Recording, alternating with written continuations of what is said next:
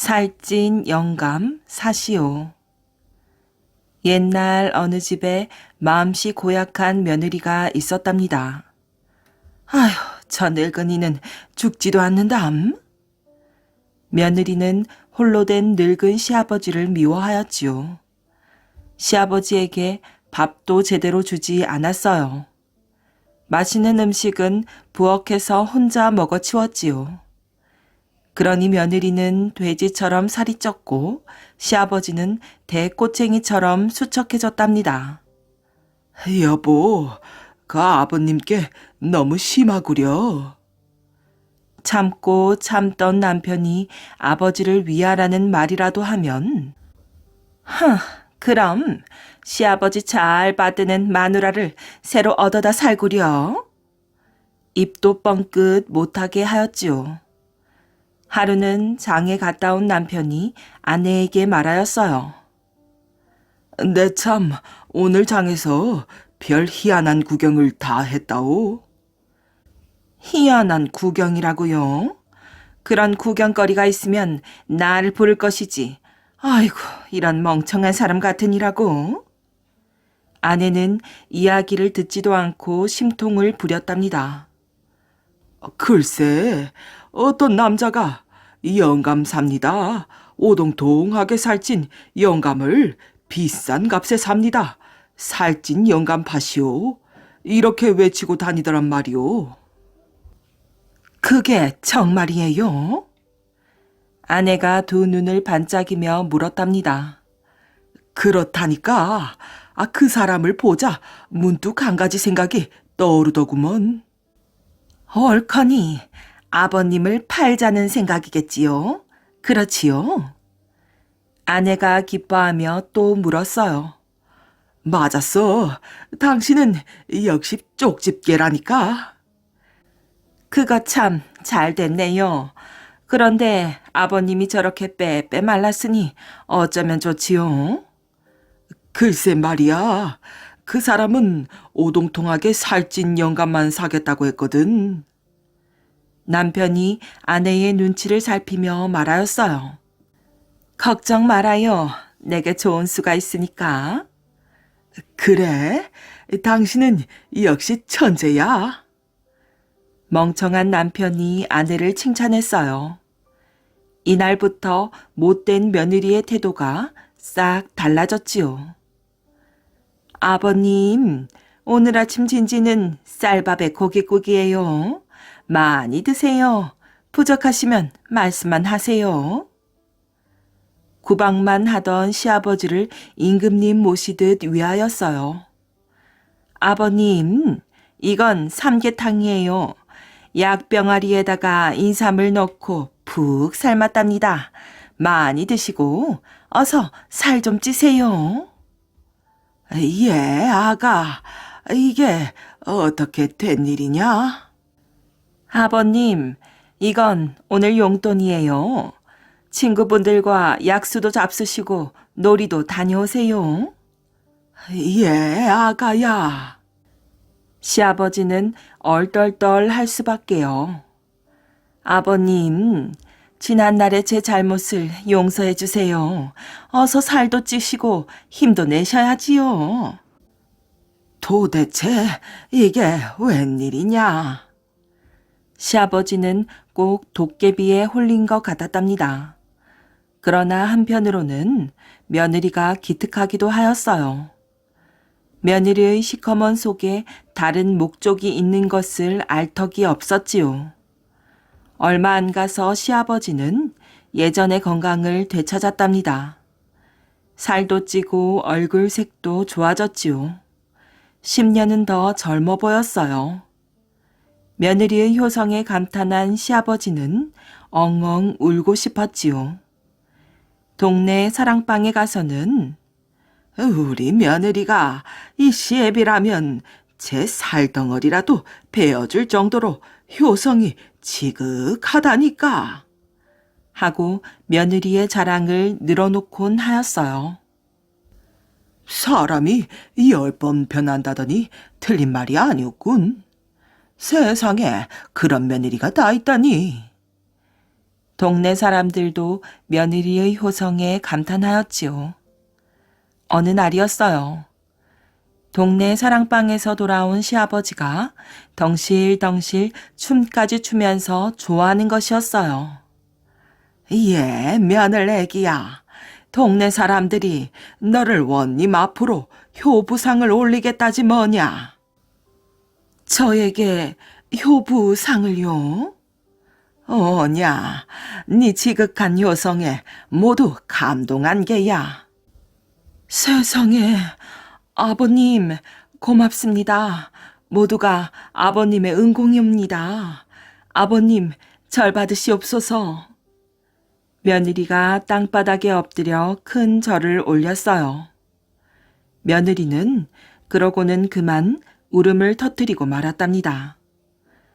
지나간 잘못을 진심으로 뉘우쳤던 것이에요. 그날 밤이었어요. 여보, 아버지가 이제 살이 오동통하게 쪘으니 내일 장에 데려다가 팔아치웁시다. 남편의 말에 아내는 버럭 화를 내었어요. 뭐라고요? 이런 불효자식 같은 사람? 남편의 따귀를 때렸답니다. 아니, 당신 지금 제정신이요? 남편은 맞은 볼을 쓰다듬으며 마주 화를 내었어요. 뭐가 어째요? 내가 팔자고 해도 말려야 할 사람이. 철썩 아내가 또 남편의 따귀를 때렸답니다. 아니, 아버지를 내다 팔기로 한 걸 잊었소. 마침 사겠다는 사람까지 알아두었는데. 남편은 얼얼한 볼을 어루만지며 투덜거렸지요. 못 팝니다. 절대로 못 팔아요. 세상에 그런 천벌받을 짓을 팔려거든 당신 몸뚱이나 팔아요. 아내는 지금까지 자기를 속이는 남편이 원망스러웠어요. 내가 아버님께 효도를 하지 않으니 당신이 꾸민 것이라는 걸 다 알아요. 세상에 노인을 사가는 미친 사람이 어디 있겠어요. 저를 용서하세요. 앞으로는 아버님께 진심으로 효도하겠습니다. 그리고 당신에게도 좋은 아내가 되겠어요. 여보. 남편은 말을 잇지 못하였지요. 저는 죄인입니다. 큰 죄를 지었어요. 목이 맨 아내는 말끝을 흐렸지요. 그리고 또다시 흐느껴 울기 시작하였어요. 여보. 남편의 두 뺨에도 눈물이 흘러내렸답니다. 여보, 나는 당신이 너무나 자랑스럽다오. 아내를 위로해 주었어요. 아들과 며느리의 이야기를 듣고 있던 아버지도 눈시울이 붉어졌지요. 그 뒤 아버지와 아들, 며느리는 더 화목한 가정을 이루었답니다. 오누이와 삼치. 옛날 육화함 부근에 호가와 매양이가 살고 있었어요. 두 남매는 농사를 짓고 길쌈도 하면서 행복하게 살았답니다. 그러던 어느 해 봄이었어요. 노이 동생 매양이가 열이 나면서 아프기 시작하였지요. 며칠이 지나도 병은 쉽게 낫지 않았어요. 호가는 정성껏 음식을 만들어 주었지요. 매양아, 조금이라도 먹고 기운을 차려야지. 매양이는 고개만 저을 뿐 어떤 음식도 입에 대지 않았답니다. 매양아, 뭐가 먹고 싶은지 얘기해 보거라. 오빠, 삼치가 먹고 싶어요. 매양이는 작은 소리로 말하였지요. 호가는 곧바로 동해로 달려갔어요. 바닷가에 도착한 호가는 어부들을 만날 수 있었지요. 삼치란 입맛을 돋우는데 좋은 생선이란다. 6월에 주로 잡히는 생선이지. 그럼 한 달이나 기다려야 한다는 말씀입니까? 호가는 그날부터 어부들에게 노 젓는 방법과 낚시하는 방법을 배웠어요. 어느새 한 달이 되었지요. 호가는 어부들에게 배 한 척을 빌려 바다로 나갔답니다. 노를 저어 얼마쯤 갔을 때였어요. 이게 무슨 소리지? 배 밑에서 나는 소린데. 물고기 떼들이 배 밑에서 헤엄을 치다가 부딪히는 소리였어요. 낚싯대를 던져봐야겠어. 잠시 후 건진 낚싯대에서는 삼치가 아닌 다른 물고기만 잡힐 뿐이었지요. 더 깊은 곳으로 가야겠구나. 호가는 점점 더 깊은 곳으로 배를 저어갔어요. 이때 바다 물결이 세게 흔들렸지요. 배는 사나운 물살에 휘말리더니 뒤집히고 말았답니다. 사람 살려! 사람 살려! 사람 살려요! 수영을 못하는 호가는 허우적거리다가 물속에 빠졌지요. 한편 매향이는 뒷산에 올라가 밤새도록 오빠를 기다렸어요. 바람이 부는 날에도 비가 오는 날에도 산에서 내려오지 않았답니다. 산짐승들은 집에도 가지 않는 매향이가 불쌍해서 산 열매를 물어왔어요. 먹고 기운을 내. 오빠는 꼭 돌아올 거야. 산새들은 등불을 켜들고 날아와 밤새도록 지켜주었지요. 얘들아, 정말 고맙구나. 매향이는 눈물을 흘렸어요. 바닷속에 빠진 호가는 거북이를 타고 용궁으로 갔지요. 너는 어떻게 하여 이곳까지 왔느냐? 용왕이 호가를 보며 물었답니다. 호가는 그동안에 있었던 일을 이야기하였어요. 너희 남매 사이의 우애가 대견하구나. 내가 너를 도와줄 테니 걱정하지 말거라. 용왕은 머리를 끄덕이며 삼치를 불러들였지요. 삼치들은 무슨 일인지 몰라 용왕 앞에 와 벌벌 떨고 있었어요. 삼치들은 들어라. 이 젊은이는 인간 세상에서 왔느니라. 남매 간의 우애가 너희들과 다르구나. 앞으로 삼치들의 우애와 비교할 것이니 명심하도록 하거라. 용왕은 삼치를 꾸짖었어요. 형제간에 싸우기만 하는 너희들에게 용서받을 기회를 주고자 하느니라. 너희들은 이 젊은이를 따라가서 너희 동생의 병을 고쳐주도록 하거라. 네, 알겠습니다. 삼치들은 거북이 등에 호가를 태우고 용궁을 떠났답니다. 그들은 무틀 향하여 열심히 헤엄쳤지요. 사나운 고깃대를 만나면 삼치들이 막아주곤 하였어요. 한참을 달리다 보니 호가의 눈앞에 금강산 1만 2천 봉우리가 보였답니다. 저 섬에서 잠깐 쉬었다 가야겠어요. 호가는 작은 섬에 내렸지요. 멀리서 사슴 한 마리가 달려와 호가에게 인사를 하였어요. 자, 제 등에 올라타십시오. 호가는 눈을 크게 뜨고는 머뭇거리고 있었지요. 그때 우레와 번개가 치면서 사나운 바람이 불었어요. 순간 거북이와 삼치는 한 마리도 보이지 않았답니다. 사슴은 호가를 등에 태우고 육화암 마을 뒷산으로 달려갔어요. 오빠, 매향아. 호가와 매향이는 부둥켜 안으며 좋아하였지요. 오빠, 저것 봐요.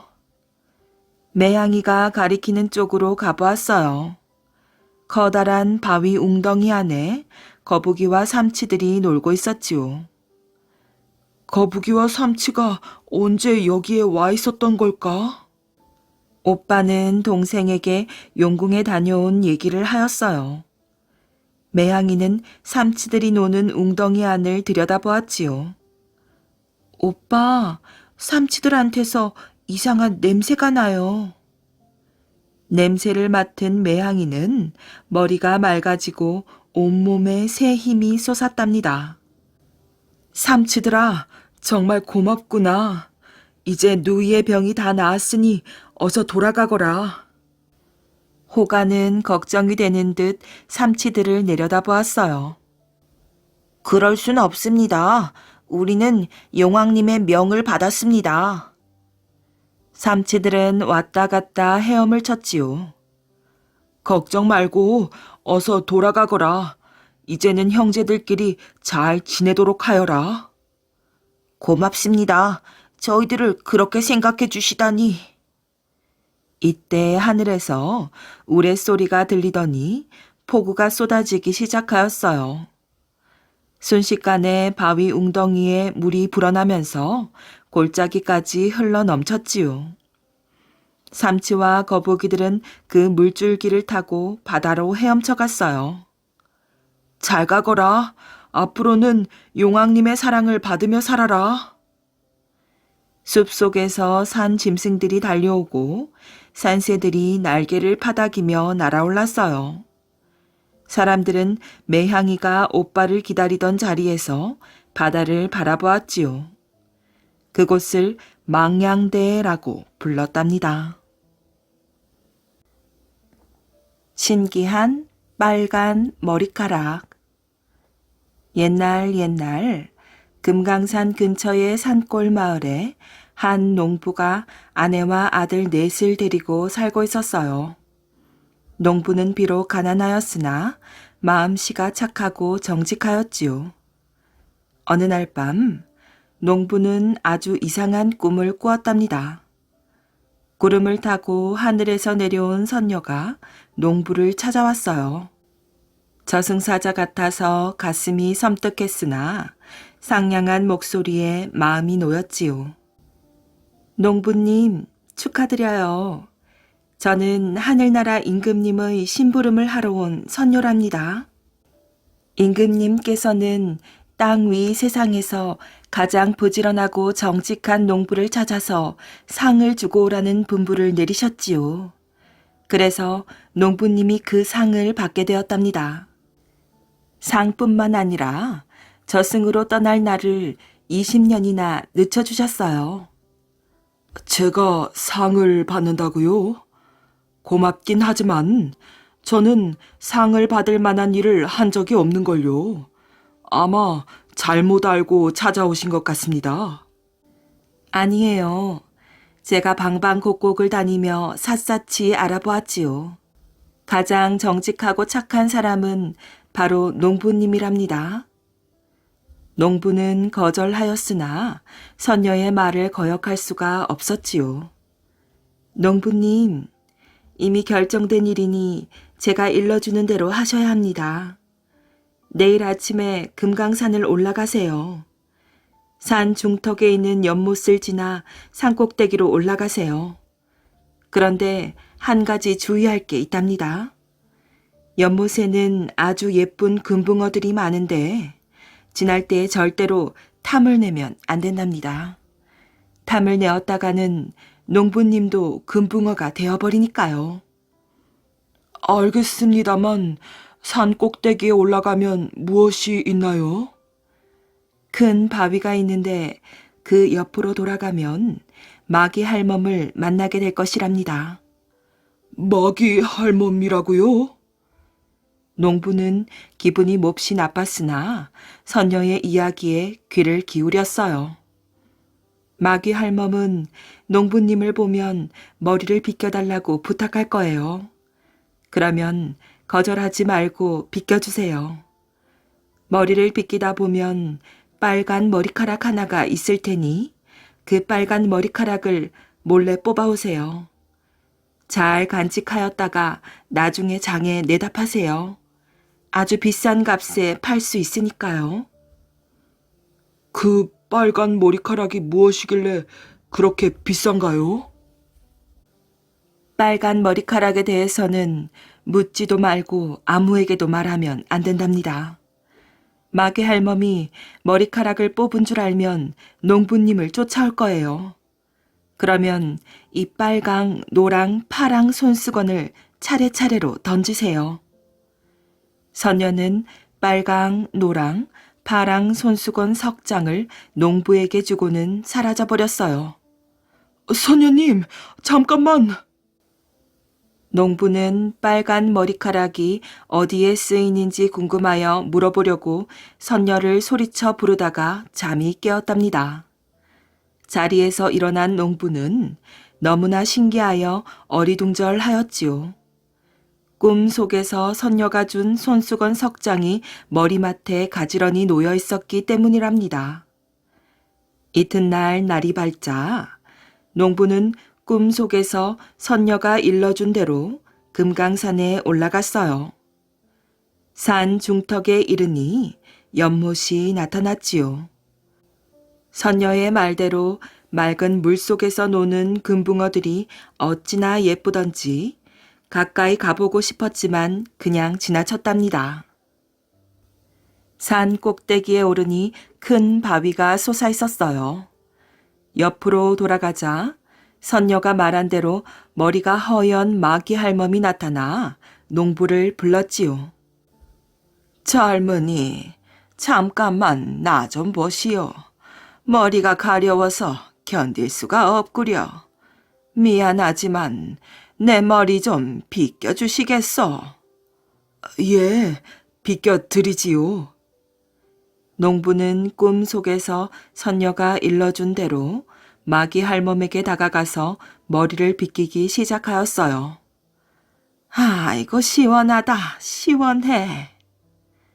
마귀 할멈은 눈을 지그시 감고 중얼거리다가 잠이 들어 버렸답니다.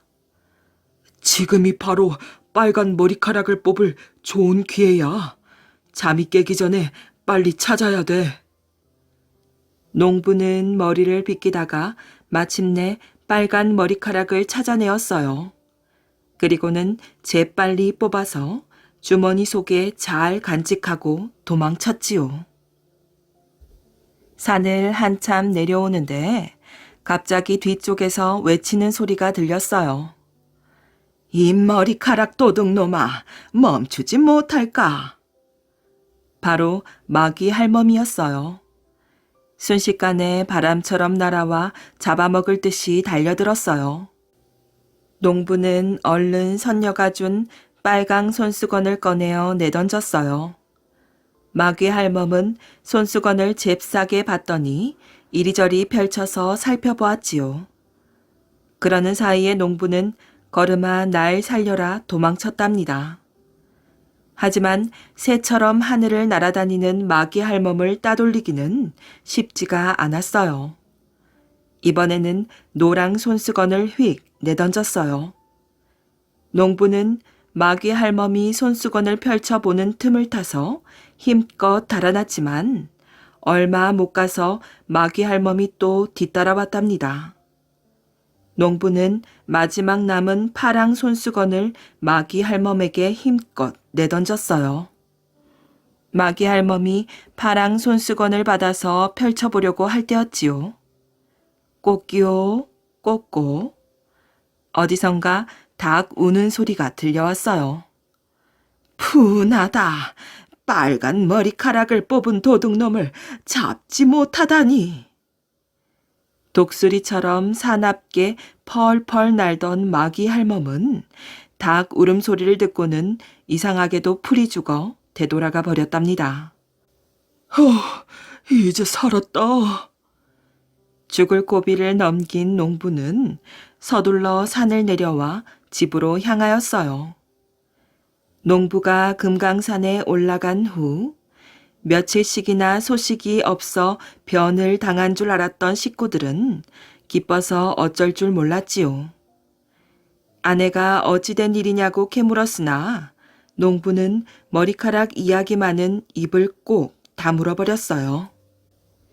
다음날 아침, 농부는 주머니에 간직했던 빨간 머리카락을 종이에 소중히 싸가지고 장터로 팔러 갔답니다.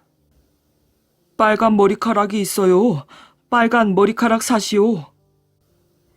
농부는 하루 종일 장터를 누비며 목청을 돋워 소리쳤으나 살 사람은 나타나지 않았지요. 빨간 머리카락을 사기는커녕 구경하자는 사람도 없었어요. 여보시오, 그 빨갛건 노랗건 하찮은 머리카락을 무엇에 쓰려고 사겠소?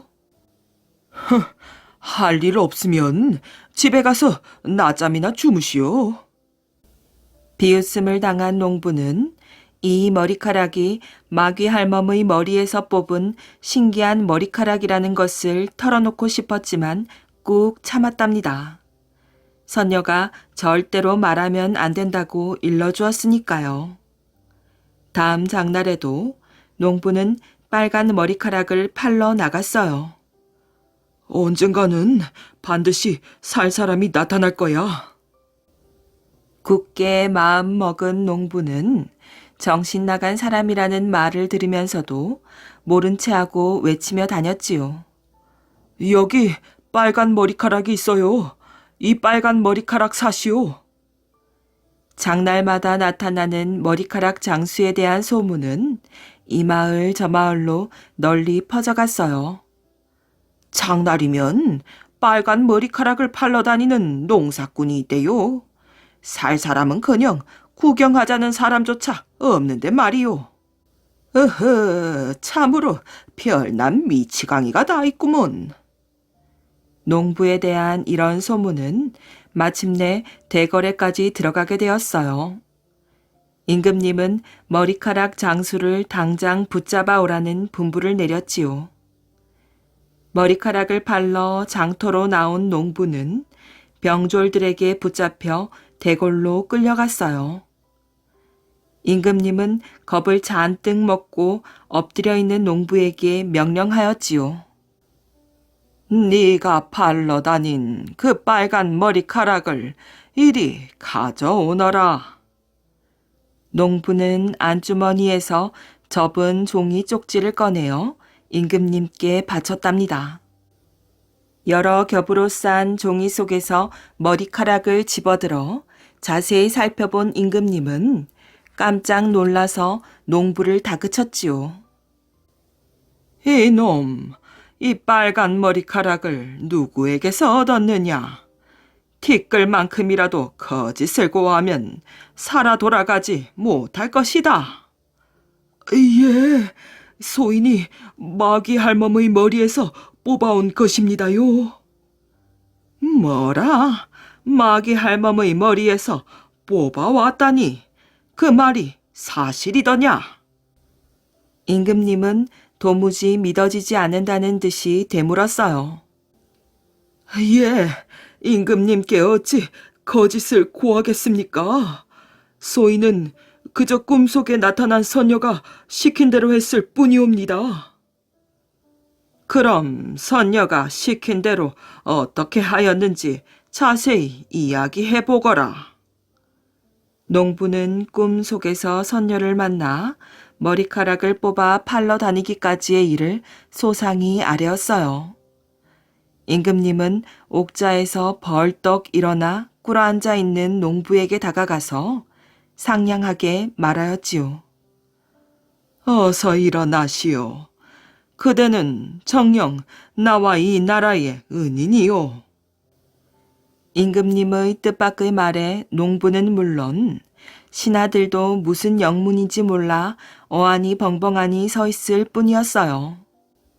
모두들 농부에게 엄한 벌을 내릴 것으로 생각했으니까 말이에요.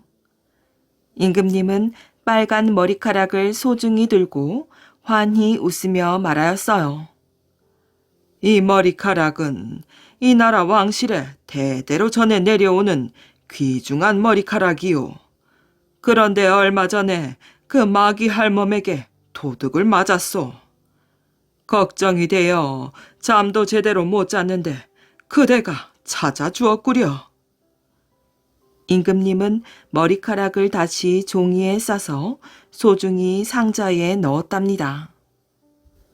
무슨 머리카락이기에 임금님께서 저렇게 소중히 여기실까? 농부는 물론 신하들도 궁금하여 견딜 수가 없었지요. 참다 못한 늙은 신하가 임금님에게 물었어요. 아래옵니다. 빨간 머리카락이 어디에 쓰이는 것인지 소신들이 알면 안 되는지요? 허허, 빨간 머리카락이 이미 세상에 알려졌으니 비밀로 덮어둘 수가 없겠구먼. 이 빨간 머리카락은 놀라운 신통력을 지닌 머리카락이지. 죽은 사람도 살려내고 산 사람을 죽이기도 하니까. 이런 소중한 머리카락을 되찾았으니 이 어찌 나라의 경사가 아니겠소? 농부와 신하들은 놀라서 입이 벌어졌어요. 그대가 착하고 정직하여 하느님께서 그대를 시켜 이 빨간 머리카락을 찾게 하신 것 같소. 그대에게 큰 상을 내릴 터이니 무엇이든지 원하는 것을 말해보시오. 임금님, 상을 거둬주십시오. 저는 그저 꿈속에 나타난 선녀가 시킨 그대로 했을 뿐입니다. 상을 받을 사람은 선녀인데 어찌 제가 상을 받을 수 있겠습니까? 그대는 정말 정직하고 착한 사람이요. 그런 마음을 지녔기에 꿈속에서 선녀를 만난 게 아니오. 그대가 꿈을 꾸어 머리카락을 찾았으니 상을 받을 자격이 충분하오. 그러니 사양 말고 어서 소원을 말하시오. 농부는 임금님의 분부를 거역할 수 없어 소망을 말하였어요. 제 소원이라면 그저 식구들이 굶지 않고 사는 것뿐입니다.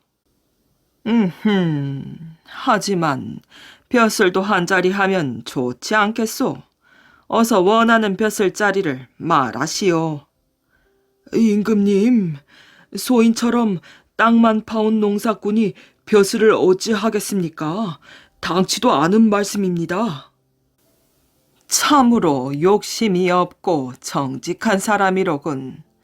여봐라, 이 농부에게 논밭과 금은 보화를 후하게 내려주어 평생 동안 편히 살 수 있도록 하여라. 가난한 농부는 임금님이 내려준 상으로 부자가 되었어요. 그러나 놀고 먹지 않고 평생 동안 부지런히 일하며 행복하게 살았다고 한답니다. 쇠똥 벼락을 맞은 박서방. 아주 오랜 옛날이었답니다. 어느 마을에 부지런하고 마음씨 고운 농부가 살았어요. 어떻게 하면 늙으신 어머니를 편안히 모실 수 있을까? 농부는 이것이 늘 걱정이었지요. 그러던 어느 날이었어요. 어머니가 병을 얻어 그만 자리에 눕고 말았답니다. 이 일을 어떻게 하면 좋단 말인가? 농부는 눈앞이 캄캄해졌어요. 너무도 가난해 약 살 돈도 없는 농부는 가슴이 답답하여 견딜 수가 없었지요. 혹시 집안에 돈이 될 만한 물건이 없을까? 집안을 샅샅이 뒤졌답니다. 그러나 약값을 마련할 만한 물건이라곤 눈을 씻고 봐도 없었어요. 그렇다고 한숨만 내쉬고 있을 수도 없는 일이었죠. 농부는 의원을 찾아가서 하소연했어요. 제 어머니가 갑자기 병을 얻어 자리에 누웠습니다. 의원님, 지금은 가진 돈이 한 푼도 없습니다. 약을 외상으로 지어주시면 열심히 일해서 갚아드리겠습니다. 의원은 농부의 착한 마음씨를 알고 선선히 약을 지어주었어요. 집으로 돌아온 농부는 어머니에게 정성껏 약을 다려들었어요. 그러나 별 효험이 없었지요. 어머니는 계속 앓는 소리를 냈어요. 농부는 날만 새면 들로 산으로 약초를 캐러 다녔답니다. 약초를 다려드려도 별 효험이 없었어요. 산속의 깨끗한 물이라도 매일 떠다 드려볼까? 농부는 생각다 못하여 이런 결심을 하였답니다. 농부는 그날부터 새벽 일찍 일어나 높은 산에 올라가 기도를 드리고 약수를 떠다 어머니께 드렸지요. 그러던 어느 날 밤 농부는 꿈을 꾸었어요. 참 이상한 꿈인데? 농부는 꿈 속의 일을 곰곰이 생각해 보았어요. 지금 뒷산 고개에 올라가면 금송아지 한 마리가 있을 거다. 그것을 가져다가 어머니의 병을 고치도록 하여라. 머리가 허연 노인이 꿈속에 나타나 이렇게 말했지요. 농부는 깜짝 놀라 잠에서 깨어났어요. 그거 참 이상한 꿈이구나. 농부는 이렇게 중얼거리며 방문을 열어보았어요. 밖은 캄캄한 것이 아직도 한밤중인 것 같았지요. 지금 뒷산으로 올라가 보라 했지. 헛걸음이 되더라도 한번 가보는 수밖에. 농부는 이렇게 중얼거리며 옷을 주섬주섬 주워 입었어요. 그리고는 더듬거리며 산을 향해 올라갔답니다. 산 꼭대기에 올라갔을 때는 날이 희뿌옇게 밝아오기 시작해 사방의 모습이 조금씩 보였지요. 아니, 이게 웬일이지? 정말 금송아지가 있네. 농부는 깜짝 놀랐어요. 거기엔 꿈속에서 노인이 말한 대로 번쩍번쩍 빛나는 금송아지 한 마리가 서 있었거든요. 산신령님, 감사합니다. 농부는 너무나 감격해 땅바닥에 꿇어 엎드려 절을 하였어요. 꿈속의 노인이 산신령이라는 생각이 들었지요. 농부는 금송아지를 끌고 장에 내다 팔아 많은 돈을 받았답니다. 이 돈이면 어머니 병화는 고칠 수 있겠는걸? 농부는 용하다는 의원을 찾아가 약을 지어 정성껏 다려들었어요. 어머니의 병세가 차츰 좋아져 얼마 지나지 않아 어머니는 자리에서 일어났지요. 어머니, 이제 건강이 회복되었으니 마음 놓고 다니셔도 좋아요. 정성이 지극하면 하늘도 감동한다고 하였지요. 농부는 기뻐서 춤이라도 추고 싶었어요. 농부네 집은 다시 웃음꽃이 피어났답니다. 농부는 남은 돈을 가지고 집과 논을 사고 부자가 되었어요. 건넌 마을에 사는 박서방이 이 소문을 들었지요. 박서방은 욕심이 많았답니다. 그는 농부처럼 금송아지를 얻어 부자가 되고 싶었어요. 좋은 수가 없을까? 박서방은 금송아지를 얻을 수 있는 꾀를 짜내기 시작했어요. 그러나 뾰족한 수가 떠오르지 않았지요. 며칠 동안 생각하고 또 생각하였어요. 옳지. 어머니를 아프게 하면 되겠구나. 내가 말썽을 피우면 속이상에 병이 나실 거야. 박서방은 무릎을 탁 쳤답니다. 박서방은 그날부터 술을 마시고 어머니에게 행패를 부렸어요. 날마다 행패를 부리니 어머니도 견딜 수가 없었지요. 결국은 병이 나서 자리에 눕고 말았답니다. 나도 뒷산에 약수를 떠다 어머니에게 드려야지. 그날부터 박서방은 뒷산으로 가서 약수를 떠왔어요. 저도 금송아지를 얻게 하여 주옵소서. 박서방은 이렇게 빌기를 잊지 않았어요. 날이 가고 달이 갔어요. 박서방도 농부와 똑같은 꿈을 꾸었지요. 그러면 그렇지. 박서방은 너무도 기뻐 불이 나게 뒷산으로 올라갔답니다. 우와, 정말 금송아지가 있구나. 박서방은 번쩍번쩍 빛나는 금송아지를 안았어요. 기쁨에 겨워 금송아지를 닳도록 어루만졌지요. 산신령님, 고맙습니다. 박서방도 농부처럼 절을 여러 번 하였어요. 그리고 금송아지를 안고 집으로 돌아와 마루에 올려놓았지요. 여보, 우리도 이제 남부럽지 않은 부자가 될 거요. 박서방은 아내를 보고 자랑했어요. 금송아지를 바라보며 마루에 걸터 앉아 아침밥을 맛있게 먹었답니다.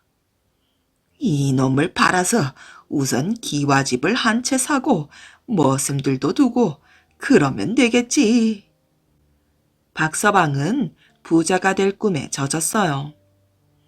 꿈이 부풀 대로 부풀었지요. 어머니의 병환에 대해서는 조금도 생각하지 않았답니다.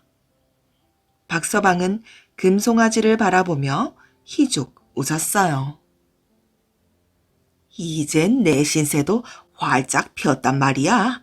이젠 조금도 남부럽지가 않아. 박서방은 아침 밥상을 물리며 또 한 번 희죽희죽 웃었답니다. 그때였어요. 매. 갑자기 금송아지가 길게 울었어요. 오호라, 귀한 금송아지가 울다니 아주 좋은 징조야. 박서방은 금송아지의 울음소리를 듣고 덩실덩실 춤을 추었어요. 그래, 자꾸자꾸 울어라. 얼씨구 좋다, 지화자. 박서방이 신나게 춤을 추다가 바라보니 금송아지의 꽁무니에서 쇠똥이 쏟아지기 시작했어요. 아니, 금송아지가 어떻게 이런 똥을 싼단 말이야? 박서방은 얼굴을 찡그렸어요. 망했구나. 돈은 쏟아지지 않고 쇠똥이 쏟아지다니. 금송아지는 쇠똥을 계속해서 마구 쏟아냈어요. 아이고, 이제 물똥을 내쏟잖아. 물똥은 시냇물처럼 콸콸 쏟아졌어요. 이놈의 금송아지야, 어인일로 똥만 싸느냐? 좀 그치고 돈을 쏟아내보거라.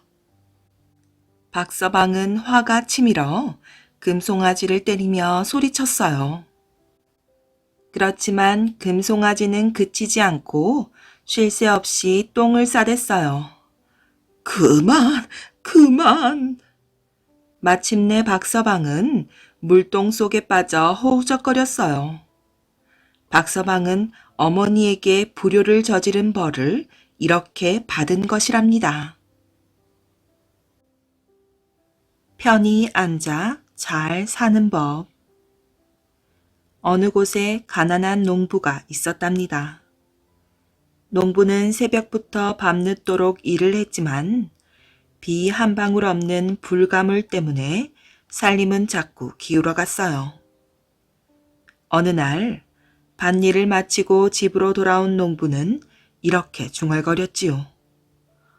아휴, 살림살이는 점점 어려워지고 농사짓기도 갈수록 힘이 드는구나.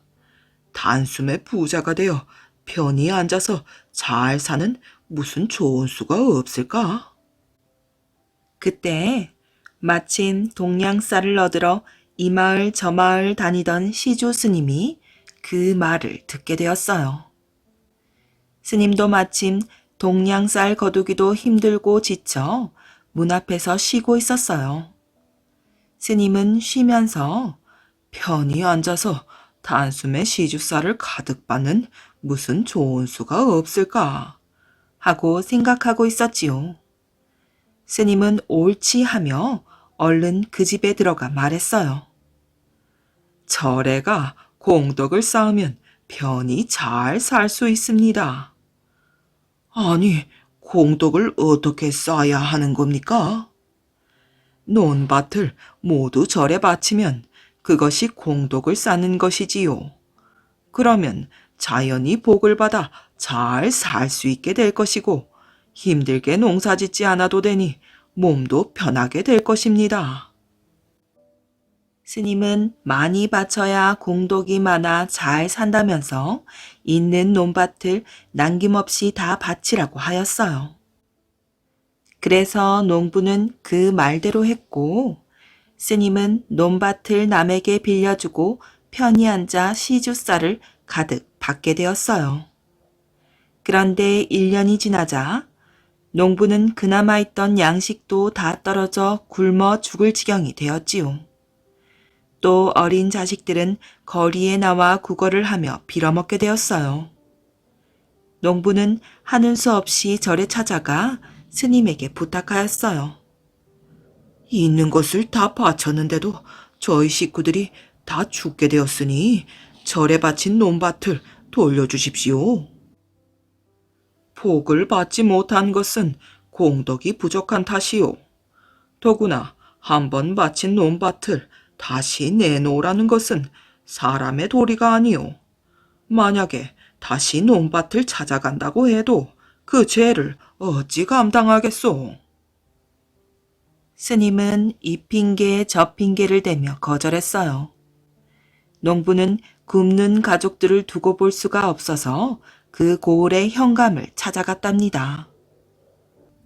아흠, 백성이 굶어 죽어가는데도 모른 척하고 논밭과 재물 모으기에만 정신을 쏟다니.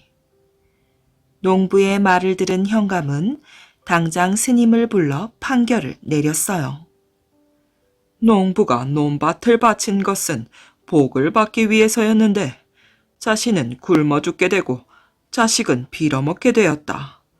이것은 1년이 지나도록 양쪽에서 서로 약속을 지키지 못한 것이다.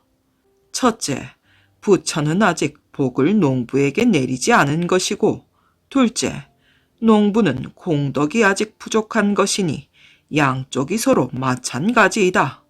그러니 복은 부처에게 돌려주고 논밭은 주인에게 돌려주도록 하여라.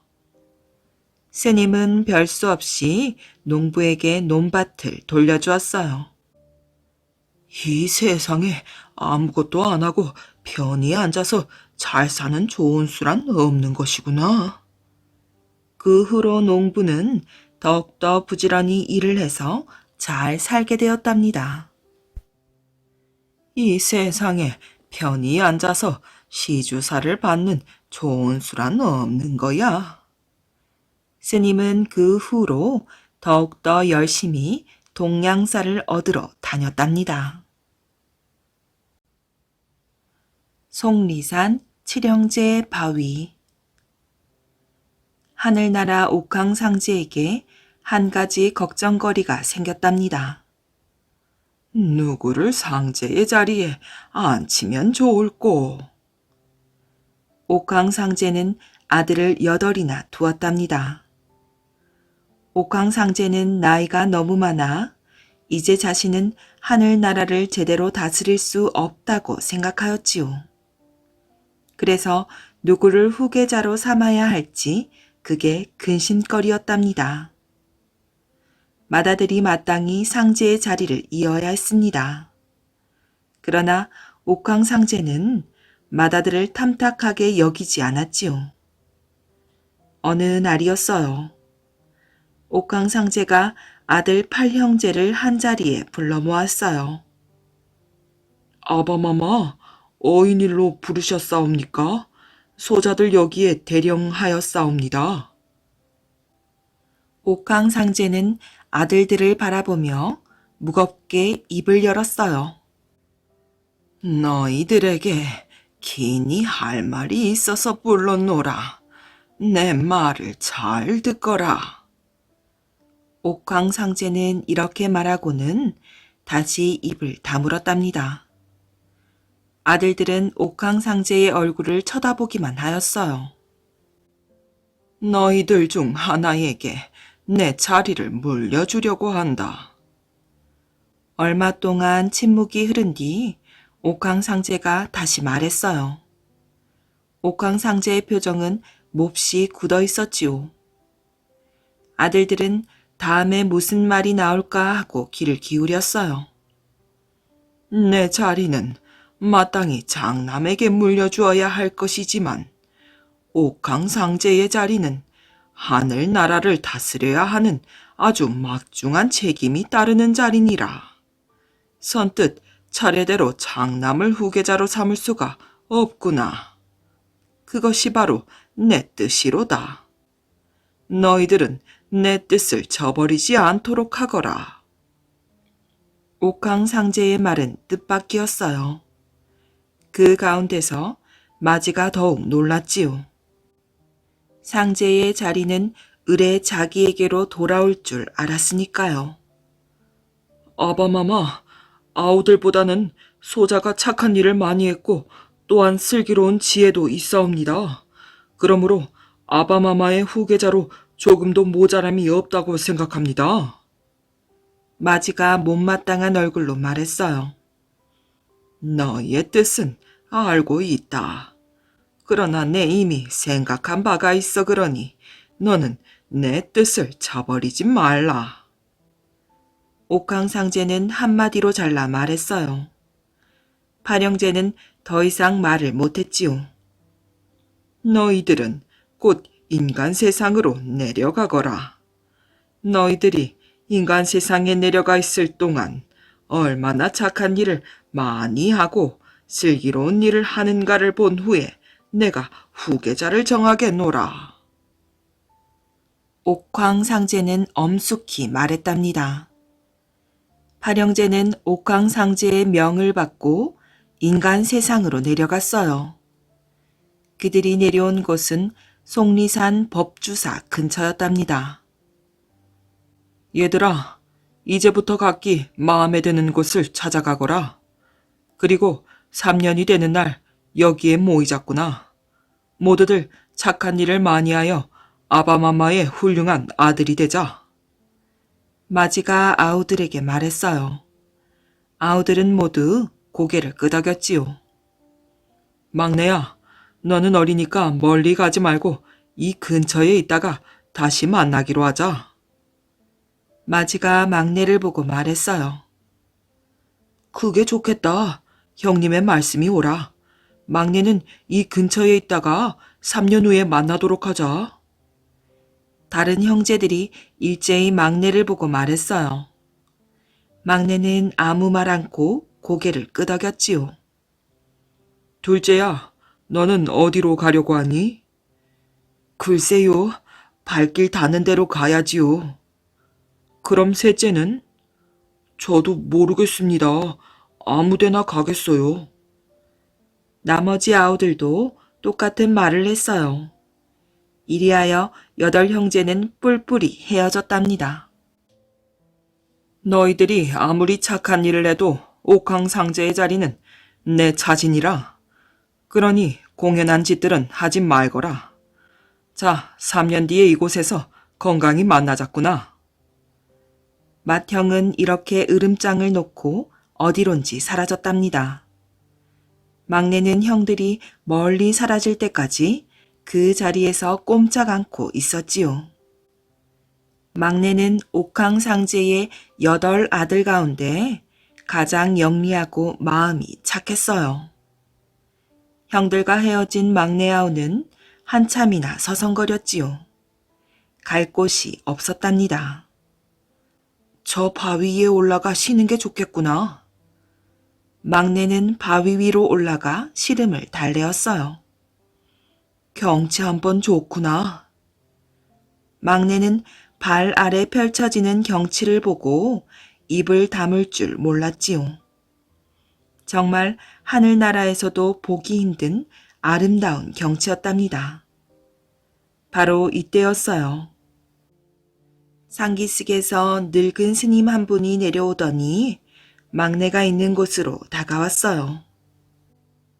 여복의 젊은이. 젊은이는 보통 사람이 아닌 것 같은데 어째서 혼자 여기에 있소? 늙은 스님의 목소리는 점잖았어요. 갈 곳이 없어서 여기서 쉬고 있는 중입니다. 아주 잘생긴 젊은이가 갈 곳이 없다니 매우 딱한 일이군요. 깊은 사연이 있는 모양인데 그러면 소승을 따라가는 게 어떻소? 보잘것없는 남자이지만 편히 쉴 곳은 됩니다. 저와 함께 가시지요. 고맙습니다, 스님. 막내는 늙은 스님을 따라 산속 암자로 들어갔어요. 그날부터 막내는 공부와 불도를 열심히 닦았지요. 옥황상제의 아들답게 세상 사람들에게 겸손히 대했답니다. 착한 일도 많이 했어요. 이런 소문은 속리산 근처 사람들에게까지 알려졌지요. 암자의 젊은이를 모르는 사람이 없었답니다. 모두들 그를 우러러 보았어요. 막내가 사람들의 존경을 한 몸에 받는다면서? 이러다가는 막내 녀석에게 옥황상제의 자리를 빼앗기고 말겠는데? 우리가 가만히 이렇게 있다가는 무슨 일이 일어날지 모르겠어. 그러니 막내를 없앱시다. 죽이자는 말이지. 그 녀석을 죽이지 않으면 우리의 앞길이 막힐 게 뻔합니다. 그러면 3년이 되는 날 문장대 아래로 모이거라. 막내가 세상 사람들의 존경을 한 몸에 받는다는 소문을 듣고 나머지 형제가 모여 이렇게 의논했어요. 칠형제는 막내를 죽이려는 무서운 흉계를 꾸미고 헤어졌어요. 드디어 만나기로 약속한 3년째 바로 그날이 되었답니다. 8형제는 한 자리에 모여 차례로 그동안 자신들이 지낸 일을 이야기하였어요. 이번엔 막내 차례다. 마지가 말했어요. 3년 동안 지낸 일을 하나도 빠짐없이 이야기하거라. 저는... 막내가 입을 열기 시작했어요. 잠깐, 여기서 이 얘기를 들을 게 아니라 저기 시야가 넓은 바위로 올라가서 듣기로 하면 어떻겠느냐? 셋째가 눈을 껌뻑이며 말했어요. 그게 좋겠구나. 마지가 찬성했답니다. 마지는 아우들을 데리고 높은 바위로 올라갔어요. 막내를 바위 끝에 앉혔지요. 막내는 형들의 흉계를 알 턱이 없었답니다. 시키는 대로 바위 끝에 가서 앉았어요. 막내는 지난 일을 이야기하기 시작했습니다. 그때 형들이 와락 막내에게 달려들어 벼랑 아래로 떠밀었지요. 막내는 비명을 지르며 벼랑 아래로 떨어지고 말았어요. 칠형제는 벼랑으로 떨어지는 아우를 보고 싱긋 웃었답니다. 칠형제는 하늘나라로 올라갔어요. 옥황상제는 막내가 없는 걸 보고 얼굴이 굳어졌지요. 칠형제는 인간 세상에서 한 일들을 차례대로 이야기하였어요. 다 듣기 싫구나. 옥황상제가 버럭 고함을 질렀답니다. 칠형제는 그만 움찔했어요. 막내는 어째서 올라오지 않았느냐? 예, 막내는 인간 세계에서 너무나 못된 짓을 많이 하여 세상 사람들에게 잡혀 죽은 줄로 아옵니다. 마지가 시치미를 떼고 거짓말을 하였지요. 칠형제의 거짓말은 옥황상제의 노여움을 더욱 북돋았답니다. 무어라, 하늘나라의 세자가 인간에게 죽임을 당했다는 것이냐? 옥황상제는 분을 못 이겨 온몸을 부르르 떨었답니다. 바로 이때였어요. 죽은 줄 알았던 막내가 옥황상제 앞으로 왔지요. 아바마마, 소자는 이제야 돌아왔사옵니다.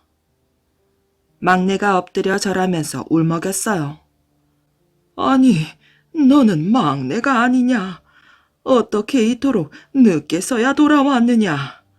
나는 네가 인간 세상에서 죽은 줄로만 알았는데 이게 꿈이냐 생시냐. 옥황상제는 너무도 기뻐 어쩔 줄을 몰랐지요. 형들은 깜짝 놀랐답니다. 벼랑으로 떨어져 죽은 줄 알았던 아우가 돌아왔으니 낭패가 아닐 수 없었지요. 아바마마, 소자가 형님들에게 떠밀려 바위에서 떨어져 목숨이 밑으로 온 순간에 천만다행으로 소자를 보살펴주던 스님의 도움을 받아 이렇게 살아왔사옵니다. 뭐라, 죽일 놈들이구나. 옥황상제의 얼굴은 그만 불그락푸르락해졌어요. 내 자리는 막내에게 물려주겠노라. 내 후계자는 막내니라. 옥황상제가 엄숙하게 말했답니다. 너희들에게는 엄벌을 내리겠노라. 칠형제는 몸을 바들바들 떨며 숨도 제대로 쉬지 못했지요. 너희들은 인간 세상에 내려가 속죄를 하렸다. 여봐라, 이 죄인들을 인간 세상으로 내쫓거라. 칠형제는 죄인이 되어 속리산으로 쫓겨났어요. 그런데 이걸 어쩌리요?